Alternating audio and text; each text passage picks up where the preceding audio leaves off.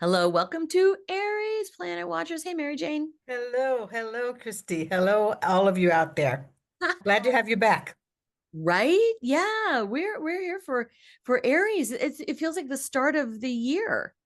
Well, it is. I wanted to mention this up front because the 20th of March, which will be the first day of Aries, the spring equinox officially this year, is International Astrological Day. For astrologers and other people who are watching the sky, the spring equinox is the beginning of the year. This is true for the Zoroastrians. A lot of Iranians are still using the 20th of March as their new year.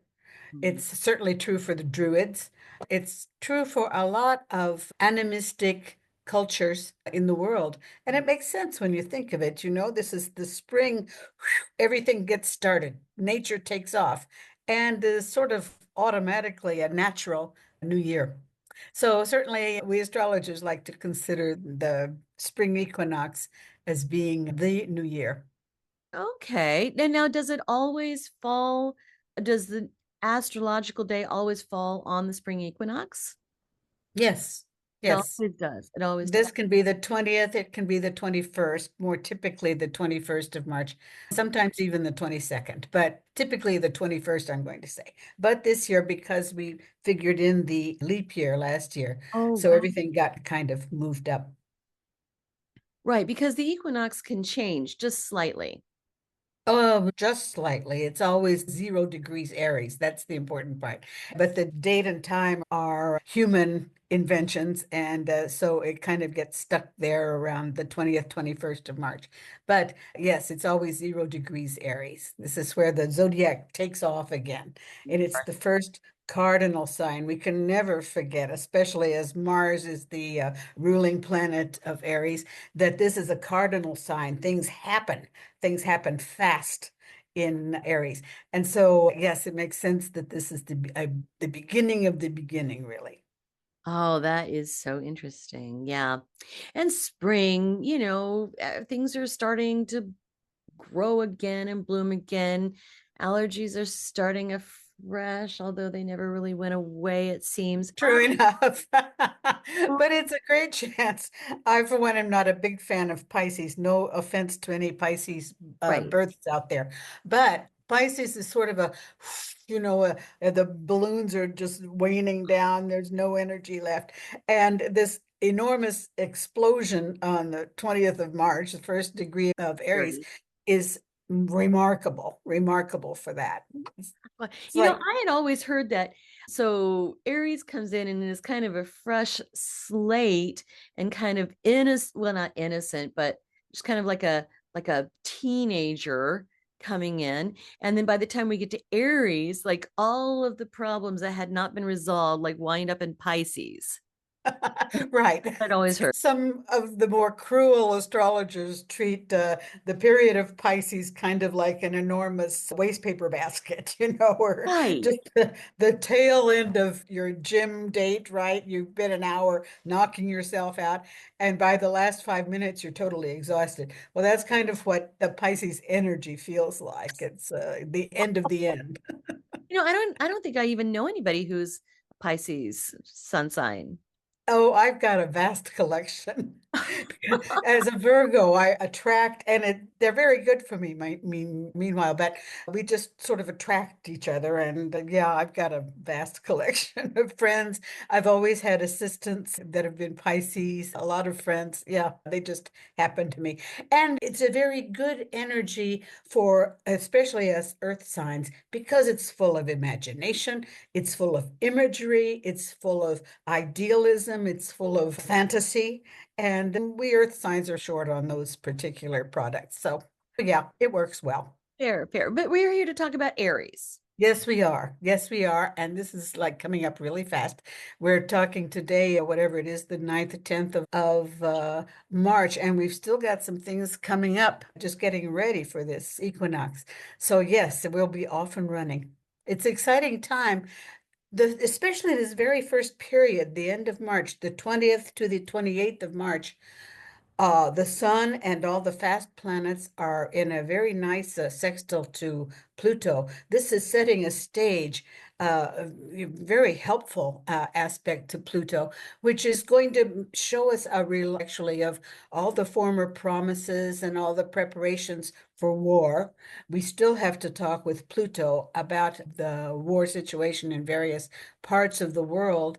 And I'm looking, though, for this period to be particularly helpful to Ukraine.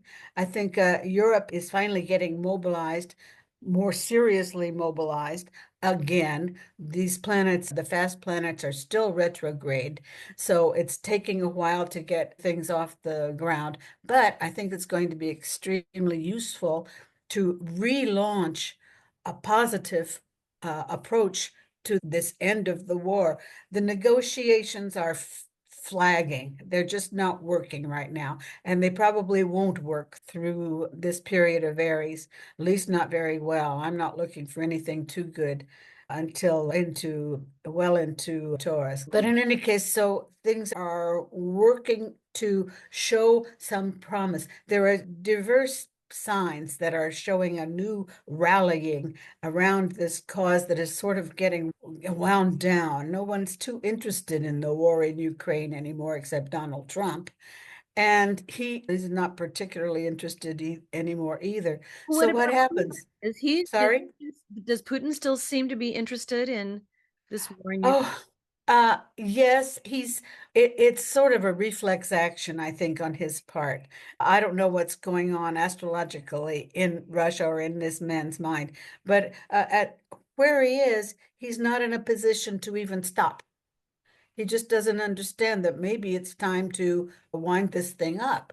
He's got this machine going. And for the time that this is lasting, and I think at least this month in any case, he's in that mindset. It's not going to change anything for him. Yeah, I mean, well, he's kind of in it up to his eyeballs at this point.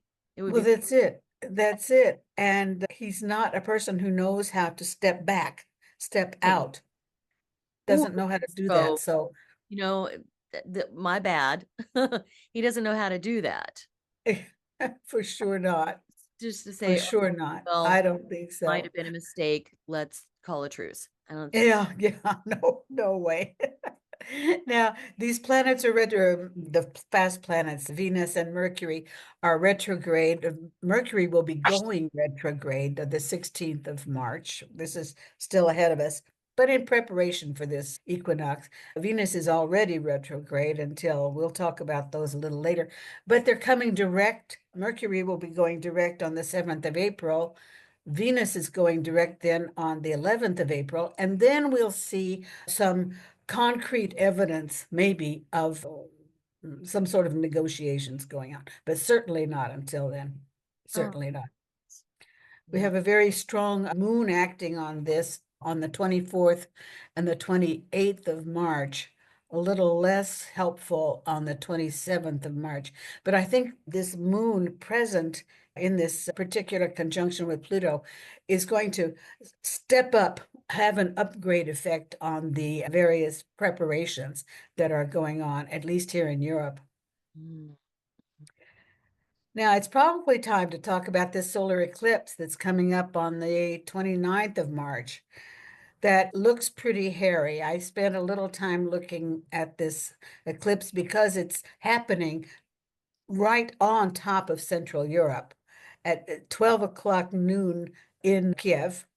And I think it's going to be extremely important in that particular, also in Gaza, on those particular war scenes. Now, is it Uh, totality in Central Europe then, or is it partial? It's partial in that the degree of the zodiac is the same for both the moon and the sun. However, they're like this apart from each other in what were called parallels. So it's only partial, but still The present. energy, yeah. Yeah, the energy is the same. And I think will be important, particularly important for organizing, again, organizing the Ukrainian defenses and at the same time that this is helpful to Ukraine, its eclipse is going to be extremely unfavorable to the powers that be in Washington. Mm. So we'll see where this goes. We'll see. There's still room for a lot of saber rattling, and I want to talk about that a little later.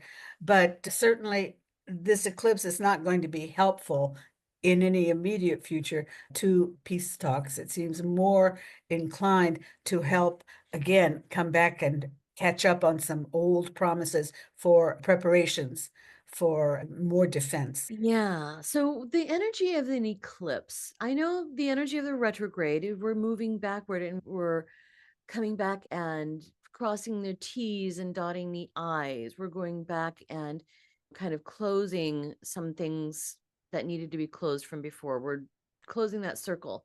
The eclipse is, by definition, a new moon conjunction sun moon. And with every moon, as with every new moon, it's a time to take off again. It's a time to get things started again in any sign, every sign. But in Aries, this is particularly promising. The eclipse, not all eclipses, to my thinking, are important or tend to give us this boost of energy that a lot of people like to talk about. I've never lived through one that really kept all its promises. Typically, an eclipse, especially a total eclipse, is going to have a potent drive of energy for approximately 6 months. This gives us an idea of what's going to be possible in the 6 months to come after an eclipse, and becomes important again where the eclipse, as I said, where the eclipse is going to be the most precise. Mm. Mhm. So this one looks kind of heavy only because at the same time as this eclipse, Mars is square to Chiron. It's making very nice aspects with Uranus and with Saturn. Now, this can be extremely helpful for organizing peace talks, organizing all of your conferences, all of your interviews, all of your exchanges that are important with people around you, especially if there are important decisions to be made or important placements of your energy that have to be defended. So this can be quite good. Saturn is definitely very helpful through there, but I think it's not going to be strong enough to keep everyone on an even keel and keep everyone in a healthy thinking mode. And this is my problem with especially Mars, that's doing some other bizarre things at the same time as this eclipse. Mm. Now, I do have a question. We've also got a lunar eclipse coming up March 14. Right. And this again, yeah, this is it's still in front of us and is again preparatory. You know, these eclipses, the lunar, are typically within 2 weeks of each other. If they're going to happen at all, they of course happen as the moon and the sun are on the same kind of tropical level. Yeah. That is to say, a parallel level. So I, for one, have recently, not so recently, but more recently, been extremely interested in the lunar eclipses because they represent a separation of the energies. The moon represents our unconscious thinking, unconscious activity. And the sun, of course, is our conscious being, our conscious thinking and planning. So when these two elements are totally opposite each other, we poor mortals are there in the middle, wondering which angel or demon to pay attention to. And this, I think, can create a lot of confusion. I'm not crazy about lunar eclipses for that reason. Full moons in general. Oh, full moons in general have a very strange reputation. You know, a lot of very strange things go on during full moons: births, deaths, robberies, killings, all kinds of things. Ask your hospital people, ask your police force what they're busy doing, you know, during these full moons. They'll tell you.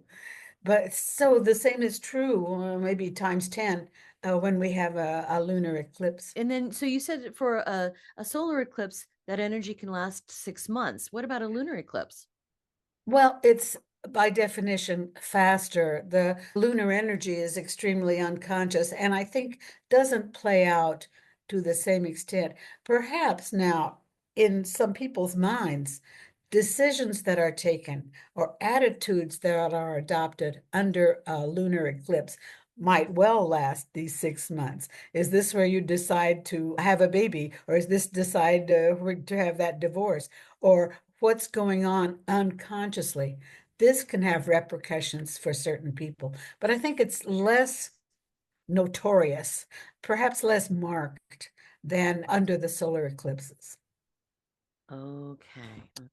Yeah. Maybe there's a book to write about that. I'm not sure. But it would be extremely difficult to document because, again, this is all happening on an extremely unconscious level. Right. Yeah, absolutely. But and I think that there are many of us who react to these things, who feel unsettled, who feel stressed, overwhelmed, and just on edge, maybe not knowing why this is. I remember last year, the total solar eclipse had so many people just on edge. True, true, true. It's an extreme point of energy when you think of this conjunction, as is every new moon. But under an eclipse, it's again a sort of an eclipse, literally, of the solar energy. This can create a great deal of stress. Where do I go with this extreme energy? How am I going to use it? Is it going to be free for me to accede to? Not necessarily. There are a lot of tensions that come up under a solar eclipse. Yeah, right. There certainly are. There certainly are. Very interesting. So, what else do we have coming up in Aries that we need to know about? Well, one movement I think that's going to last for a nice long time is the very important conjunction of this same Venus and Mercury to Neptune.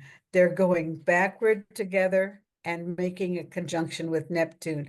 They're going to go forward together, making a conjunction to Neptune and Saturn. Saturn is there too. Now, what's happening? This conjunction is extremely important in defining our goals and ideals.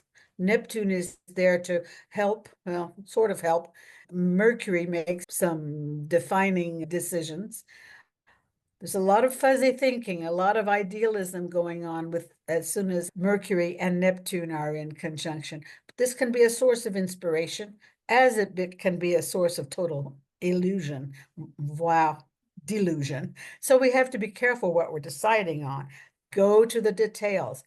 Think your projects through, because the first glance is not necessarily going to be the best glance in your future plans. But it's a fantastic period to be defining these goals and ideals, and with the help of Mars, rallying energy to get things done. Mars up here in a lovely trine coming from Cancer to all these planets is there to say, yes, let's go with it.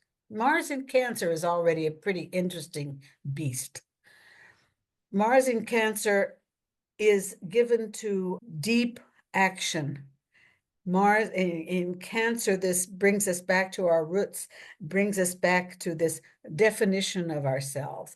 Also, home projects, home energy, family concerns are all very important with Mars in Cancer. And let's not forget, when we're looking at all the problems in peace negotiations and so on, there's a whole lot that's going on behind the curtains, behind the scenes. Right. There It's always is. Yes. yeah, that we're not going to know about, us poor people out here just hanging on to everyone's last words. We're not free to know everything that's going on. But I'm convinced that a lot of new definition, a lot of new fixation on goals is happening right now, or will be. This connection goes on all through April. Saturn will be there as well from the 27th of March until the 20th of April. Now, this is this I think is fascinating. And this brings us home because Saturn sitting on top of this Venus and with a nice accent from coming from Mars is extremely interesting romantically Oh, and socially. uh-huh. I think a lot of old relationships are going to be renewed, revisited, fired up again. It's a great time for class reunions. I always come back to these amazing meetings that happen in class reunions, where you run into your old boyfriend and all of a sudden, wow, things take off again. It's exactly this kind of thing. And there are some very good dates in here for this kind of phenomenon. The moon is going to be extremely helpful on the 28th of March, also the 1st to the 5th, the 10th, and the 15th of April. Now, some of these run-ins are not going to be particularly helpful. I'm looking especially on the 31st of March and the 3rd and the 6th of April. There, this moon is creating old arguments that are coming up perhaps to the fore. These run-ins all of a sudden take on a sort of hostile attitude, and we'll want to be very careful about what's being approached in those particular dates. But otherwise, I think it's going to be extremely interesting, especially romantically. Why not? Sounds fun. Why not? It's spring. I love looking around town and all of a sudden the girls are not wrapped up in anoraks anymore, as in big sweatshirts and so on. Everybody's running around in spring clothes, and a lot of necking is going on in the parks, and just all kinds of things are going crazy. So this is what it is. That Enjoy. it is. That is. So anything else we need to know coming up in Aries? I wanted to talk a minute about this Mars in Cancer because it is kind of a difficult placement for Mars, but it's getting some very interesting help from Uranus and Saturn, as I said. Mars in Cancer can become extreme, especially with Uranus, becomes very excitable. And this Mars is going to be looking for change, and he's going to be looking for advancement. It's a great time to go looking for that pay rise, for this advancement in your jobs, get your partnerships in gear and something getting off the ground. This is wonderful. Held in responsibility with the help of Saturn. So the choices that are made through here are going to be typically well thought out. We need to look for, if you're pregnant out there, be ready for premature birth. You're going to see an excitable time with Mars in Cancer. Has everything to do with giving birth and yeah, especially. So we're going to be looking for premature births, and I'm looking for, well, every 3 days, actually. We have a very nice moon helping on the 23rd and the 28th of March, and also the 10th of April. But otherwise, this moon is going to be a little bit excitable through here about every 3 days from the 24th of March on. So if you're keeping a pregnancy, hang on.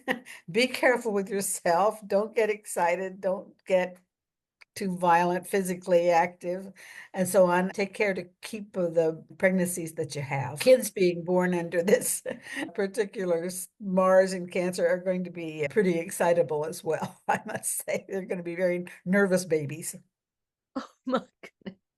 So that's about all I have to say. This Mercury retrograde is going to, especially as it's coming back and forth over Neptune, is going to make for some, especially under its direct motion, is going to open windows for negotiations of contracts, of interviews, all kinds of communication can be extremely good. But under Neptune and Pisces, we have to remember that there's a huge space for a lot of very fuzzy thinking and a lot of prevarication.